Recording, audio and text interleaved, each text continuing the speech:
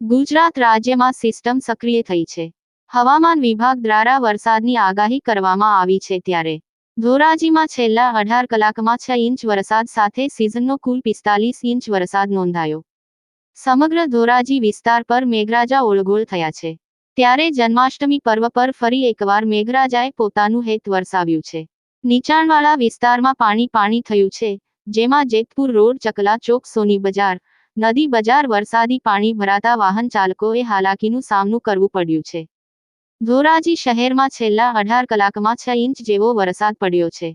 સિઝનનો કુલ 45 inch વરસાદ પડી ચૂક્યો છે. શફુરા નદી ઓવરફ્લો થતા પંચનાથ મહાદેવ મંદિર માર્ગ પાણીમાં ગરકાવ થયો છે અને નદી કાંઠાના વિસ્તારમાં રહેતા લોકોને ખાસ સૂચના આપવામાં આવી છે.